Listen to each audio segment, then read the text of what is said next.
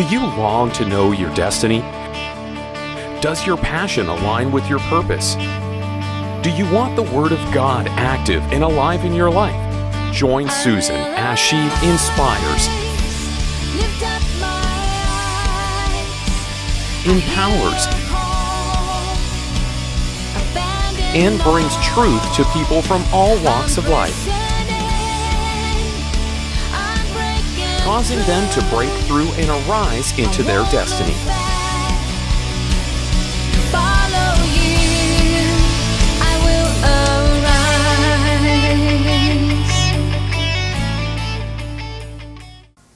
Hi, and welcome to Arise with Susan. I am Susan Cheatham with Susan Cheatham Ministries. Thank you for joining me today. I am so excited to have you join us today as we just talk about God, talk about what He's doing, talk about how He's moving, and just be blessed because He's going to invade your space in His power and His glory. So be ready.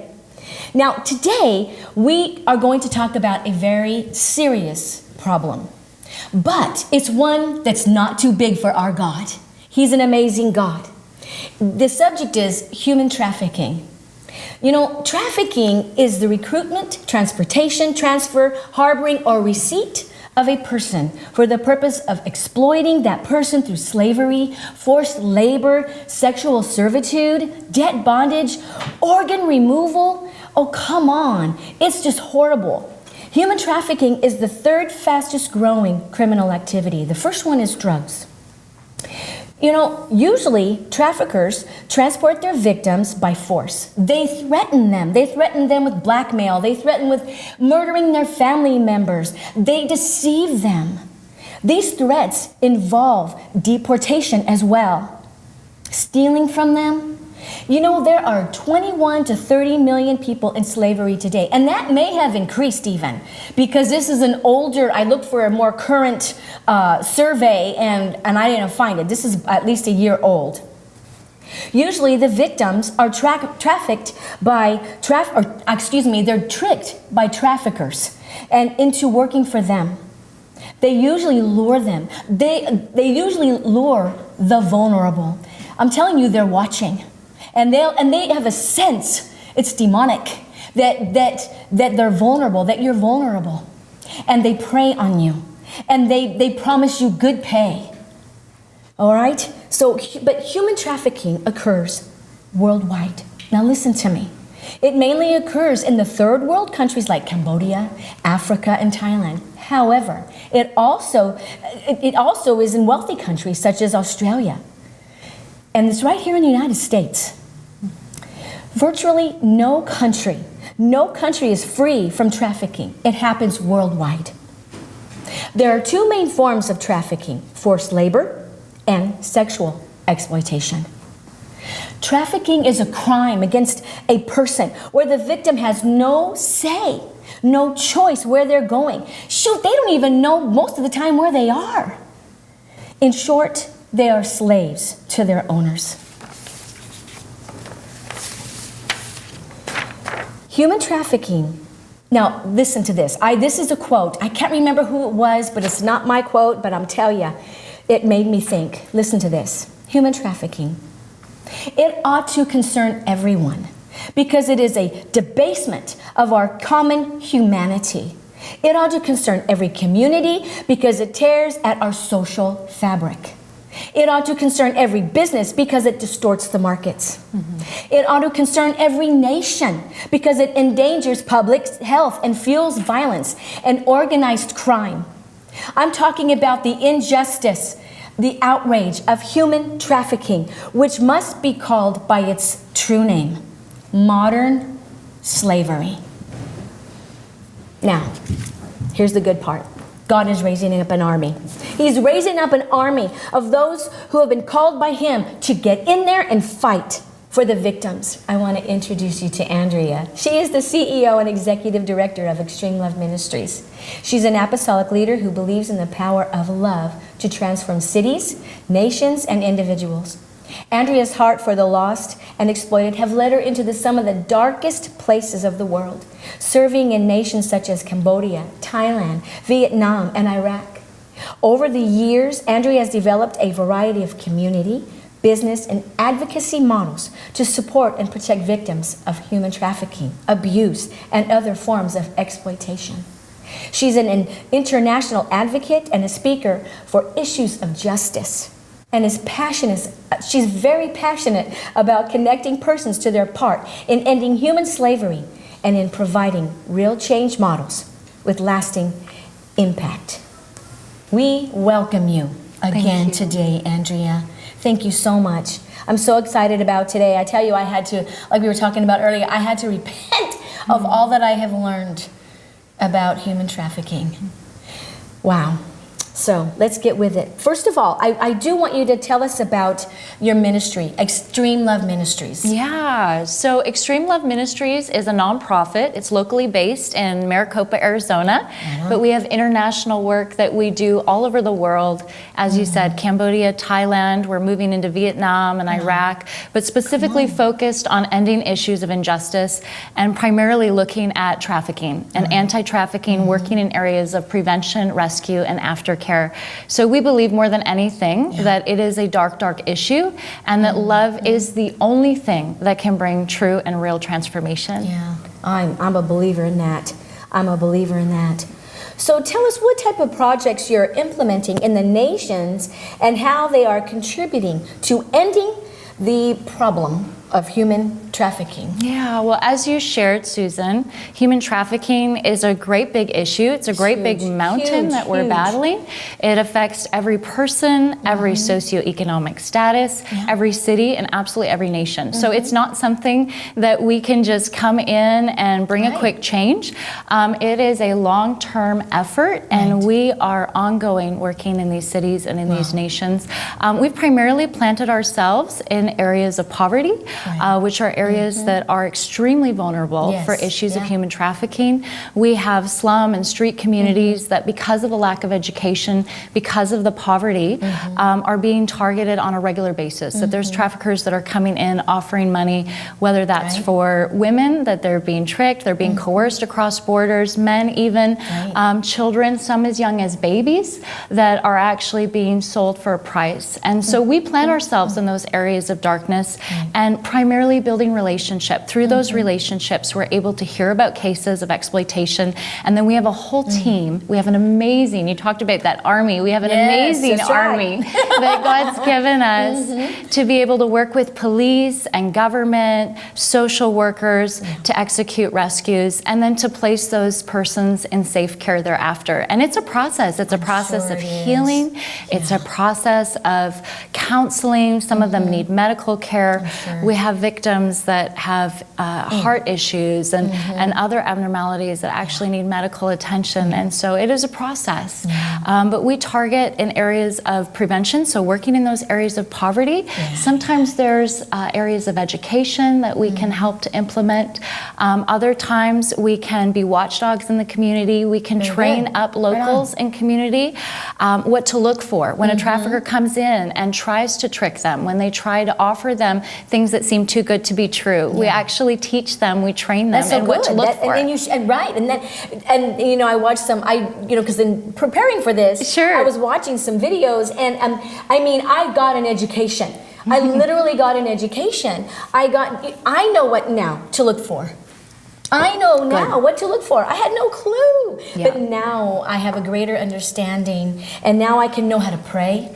Now I can know how to make myself available to help. And I want to do that because we all need to partner in some way with you. And I just, as you were talking about the law enforcement, how do they receive you well? I mean, how does that go with the law enforcement? When they know you're there, how does that go for you? How does that work? Yeah, so when we go into any nation, one of the first things that we do is partner with local government, local leaders. Absolutely, we have to abide by the law of the land. Yes. And so you can't just go in. We have a number of teams that come over, and sometimes we see in media, we get this perception that we can just come in and swoop the kids off the street and be their savior or rescue them. And it doesn't work like that. It actually is a long and a tedious process of working with government. When we go into even a bar area or a brothel, the first thing that we do is befriend the mama-san. We befriend those that are working within leadership, because if we have their favor, then we know that they're going to work alongside of us. They're going to partner alongside of us. So we have police, we have investigators that we have personally befriended, that we know are on our side, that are working to support and be advocates for these individuals just like we are. But unfortunately, in some third world nations, they are just not resourced to be able to do what they have a heart to do, which is to protect those that are at risk, to protect those that are being exploited. And so it's a process, and some of them are entirely dependent on nonprofit organizations, on NGOs doing the work for them. And so that's where we come into play. That's where our organization comes into play. But always working with local leaders, and always, as much as we can, working with the local government. We all have the same goal. We have the same vision, and being able to protect those that are at risk. That's so good. That's so good. So why is it important that justice is established in this hour? I believe that it is harvest time. Come on. That God is restoring and rebuilding entire nations for His plan and His purposes to see harvest. And that's every tribe, tongue, and nation coming into truth and realization of who He is, to worship Him and to come into kingdom. And so part of that, one of the things that traps us from knowing truth, from seeing truth, is when we're held in bondage. And the enemy is all about stopping our destiny. The enemy is about keeping us enslaved in different areas that keep us from walking in our path and our course on this earth, on this side of time. And human trafficking is in the same vein. It is an attack of the enemy to be able to take out destiny. And so we believe, working in those areas of darkness, that God is actually raising up persons to be the very ones that will carry light in this hour, to be able to go into other places and bring justice. And so we believe that it's going to just grow exponentially. We've seen ones that are coming out of the deepest, darkest places. And let me tell you, it is not what you see on the media. It is not what you're hearing about. There is so much hope and so much light. Light shines the brightest in the darkness. That's right. I say that a lot. I do. It's so true. So we are seeing the very ones that were being trafficked, the very ones that were held in bondage, that were being held in slavery, that are now coming out and are being advocates for Jesus, are bringing help and healing and freedom. It's absolutely beautiful to see what God is doing in this hour. Yeah, it's a beautiful works of the Lord. That's what I call that. So now, how are you seeing women being used to be vehicles to establish God's justice in the earth? Well, we have just seen God do so many amazingly powerful things with women. He's raising up the Esthers. He's raising up the Deborahs in this hour. But as I shared, we are seeing women coming out of some of the deepest, darkest places, women that have been held by their backgrounds, women that have been held in poverty and social exploitation, some that have been held as slaves, that are leaders, that are being raised up, are being restored. Their destinies are being restored. And they're actually bringing restoration to their whole family. It's one of the most beautiful things that we're seeing in nations such as Cambodia, is that whole families are being restored. And it's happening through the women raised up into their rightful position, back into right standing as mothers and wives, and being able to just come into relationship with Jesus and enter into their calling. That's so good. Thank you, God. Thank you, Lord, for these women. Do you have any testimonies? I just feel like, can you share a testimony right now? Maybe of a woman being rescued out, or even a child being rescued, that you can share with us in the time that you've been serving there in Cambodia. Absolutely. So many girls and so many women that have been helped, that have been saved. And it's what it's about. It's about the one. It's about the one that's being restored, the one that will then bring restoration. I think about Moses. Moses was one that was held in slavery, and that was taken in by women, and women who actually raised him into position, and he led an entire nation into freedom. freedom and into healing. And Yes, so we actually have a women's center where we take in women that have been held in prostitution or human trafficking, and we teach them sewing skills. We teach them about Jesus. We have opportunities for discipleship. Their family comes in, and their family has a safe place as well. Their kids are being restored.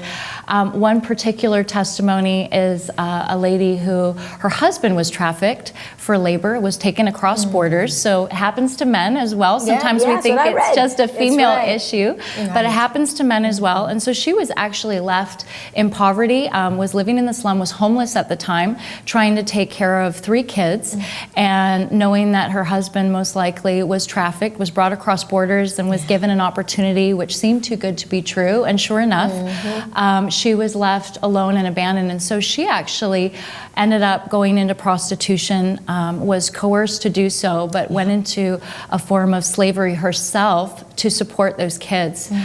She has actually since then come into our rehabilitation program, and she is one of our leaders. She is a mama in every sense of the word. She's bringing restoration to her kids. Her kids are doing so well. They're actually breaking that cycle of poverty that leads to exploitation, that they're now in school. And their future will not be the same as what their mother's was. But she is such a leader and such a woman called to disciple as well. So she's actually been raised up even within our program to then lead some of the other ladies that have come in and have also come from backgrounds just like hers. So it's been beautiful to see what God has done with her life, and not only being able to raise up those within her immediate family, but within her community. She's one of our leaders in our community church, and is just moving leaps and bounds in what she's doing, being put right back onto that path of destiny. So it's been awesome to see the restoration. It is. From beginning to, I can't imagine. You know, broken, beaten down, rejected, abandoned, and to see God restore life and destiny. And now she's helping restore others. That's amazing. You talked a little bit about sewing. You teach them how to sew. Is that how you're empowering individuals to get involved? How are you doing that? So sewing is one of the ways that we actually give them a skill so that they can come out of that place of bondage. It's not as easy as just taking them out of their traffic situation, or many of them working in sexual exploitation. It's not as easy as just taking them out of that place. You have to give them something that they have a means of income and a means to actually support and provide for their family. So the sewing is a way that we can engage others to be able to partner with us. So as the women are learning, they're making products, and we're actually selling those products. So those products, that's an easy way that we can engage those within other cities and other nations. Women around the world are buying those products, and then they're able to sew right back into helping the women that we're helping to rescue. So let's just face it, not everybody is going to be able to go over to Cambodia and work on the streets, nor should they. But sometimes it's as easy as we don't think about. You can buy ethically based products. You can source out ethically based businesses that are giving back. So think about that, the clothing that you're buying. You can buy a handbag and help to rescue a woman at risk. So it's such an easy way that we can empower individuals to be a part by both awareness and also financing what's happening on ground. That's a big deal right there. You're not only restoring them, you're go on your own, but you're helping them get skilled and to make money. Because hey, you know, we need money. We need money to eat. We need money to pay for where we live. That's the bottom line. And then they're no longer feeling vulnerable. Absolutely. They're covered. And it's through the power of God. It's all through God's divine plan. Oh, Andrea, this is so good. What you're doing is so good. And I know there's other people doing this, and I know God is highlighting your ministry right now, and I know He's growing it, and I know that He's working through you and just with the children and the men and the women. I just absolutely, I'm floored, actually. I mean, and I wasn't before because I didn't know. We don't know. We don't know, but we need to know, okay? We need to find out these things because it does affect our lives, whether we want to know it or not. But it does. It truly does. I just had to put that in there. So what are some practical things that people can do to get involved in helping to stop human trafficking? Oh, there's so much that we can do. One of the things that I want to encourage you all with is that please do something. We hear about these issues. We see it all. It's all over media. It's all over the entertainment industry right now. It's in our face. And what do we often do? We hide.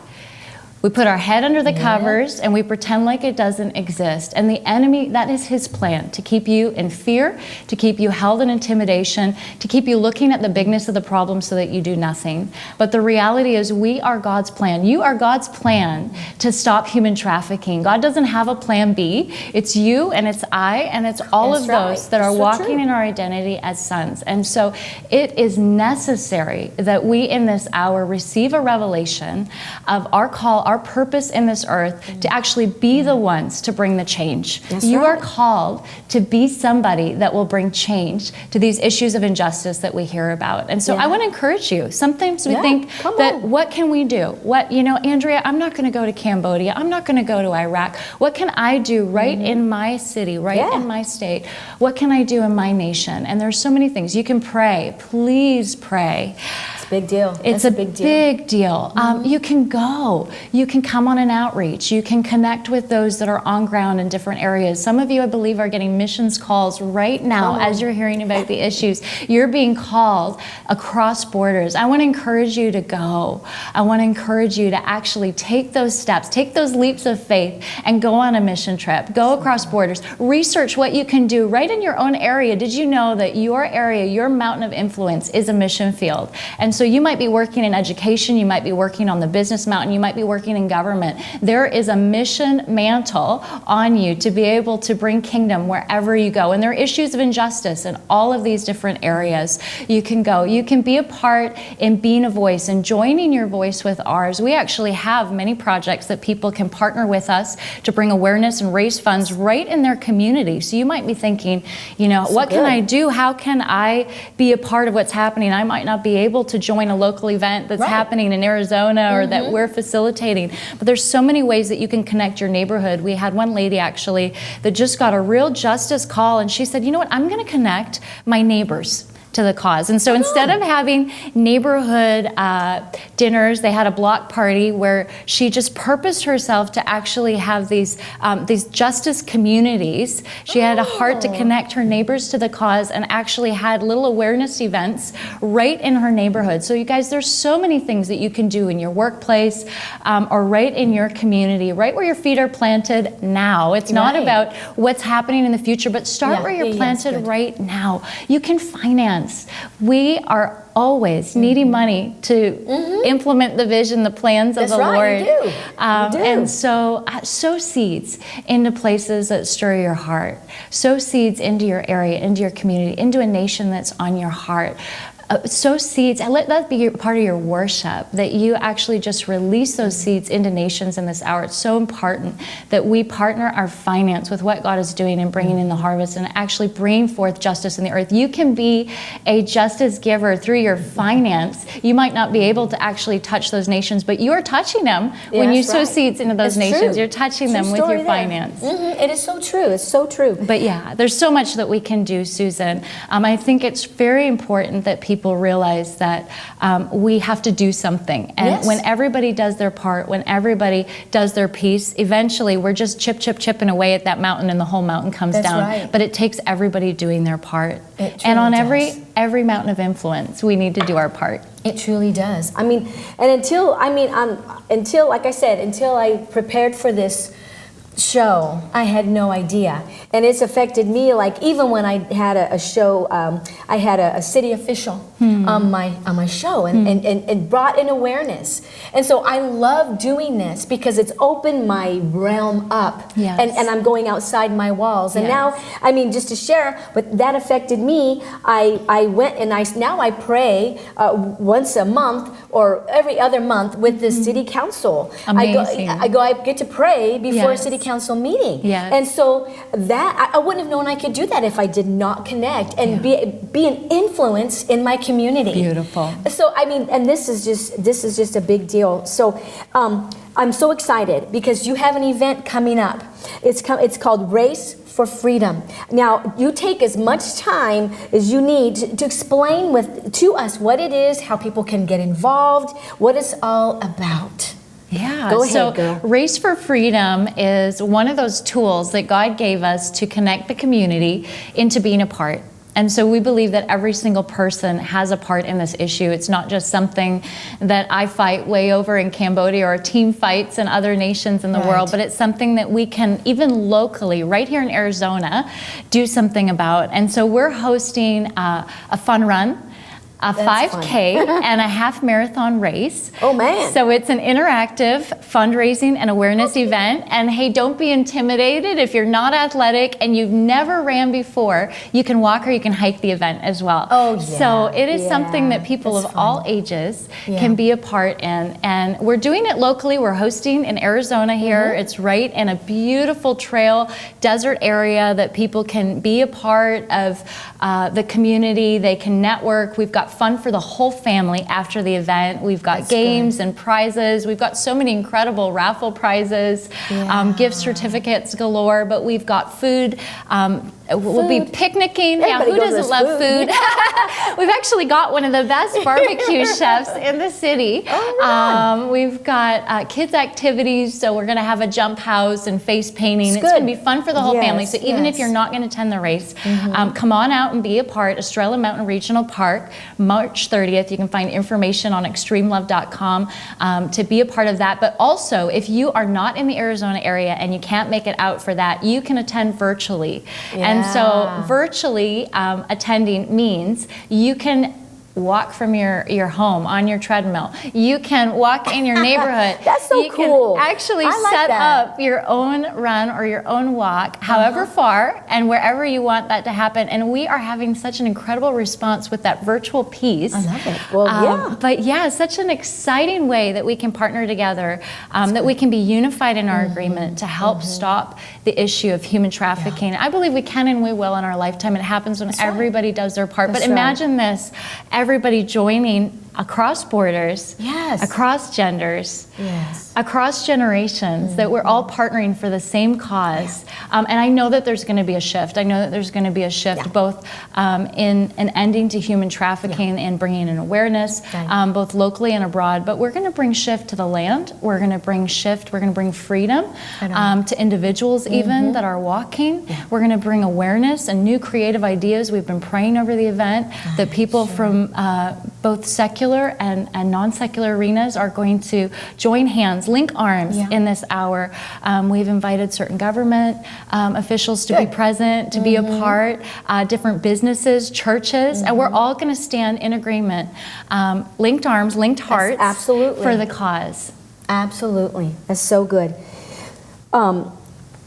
If you want to be involved, be sure to contact Andrea. Her information is right here on your screen. You can just contact her, have any questions with whatever you need. I know sometimes there's always questions. I always have questions. So you know what? We have her contact information right here. And she has a team that will assist you, that will help you. I just want to encourage you to come out and to get involved. And this is an Arizona event, but it's been made to go all over, everywhere, virtually. So that is so cool. I mean, God's going to cover it. God, it's not too big for God. This is not too big for God. Absolutely. We're going to make a big dent. We're going to make an impact for Him. Seriously. And and think about it, and we need people to sow seeds, financial seeds. It costs money to put it on. The bottom line, it truly does. I mean, we want it to be a good thing. It's a one with integrity. And you know what I'm saying? Yeah. So we want to be able to help finance it as well. Yeah. Come out. They need volunteers. Come out, volunteer. We need help. volunteers, yeah. And if you own a business, I want to invite all of you entrepreneurs out there to sow seeds. Let your business be one of those businesses that gives back. We have opportunities for business sponsorship and to come be a part in sowing your time. We have silent auction, raffle prizes. You can donate products or services. We've got vendor opportunities on ground, but be a business that gives back. We actually have what we call our Be a Voice business campaign that you can actually join forces with us, join our business network, and be a business that gives back. It's such a great way to partner what you're already doing and what's already in your hand to give back to the cause. Oh man, give back, give back. Give back. Okay, it was a heavy subject today, but it's not too big for our God. Thank you for being on my show. Oh, thanks for having me, Susan. I love this general. I love this general. She's a general of an army of lovers and people that are passionate for Jesus. Thank you for joining us today. And until next time, big hugs to everyone.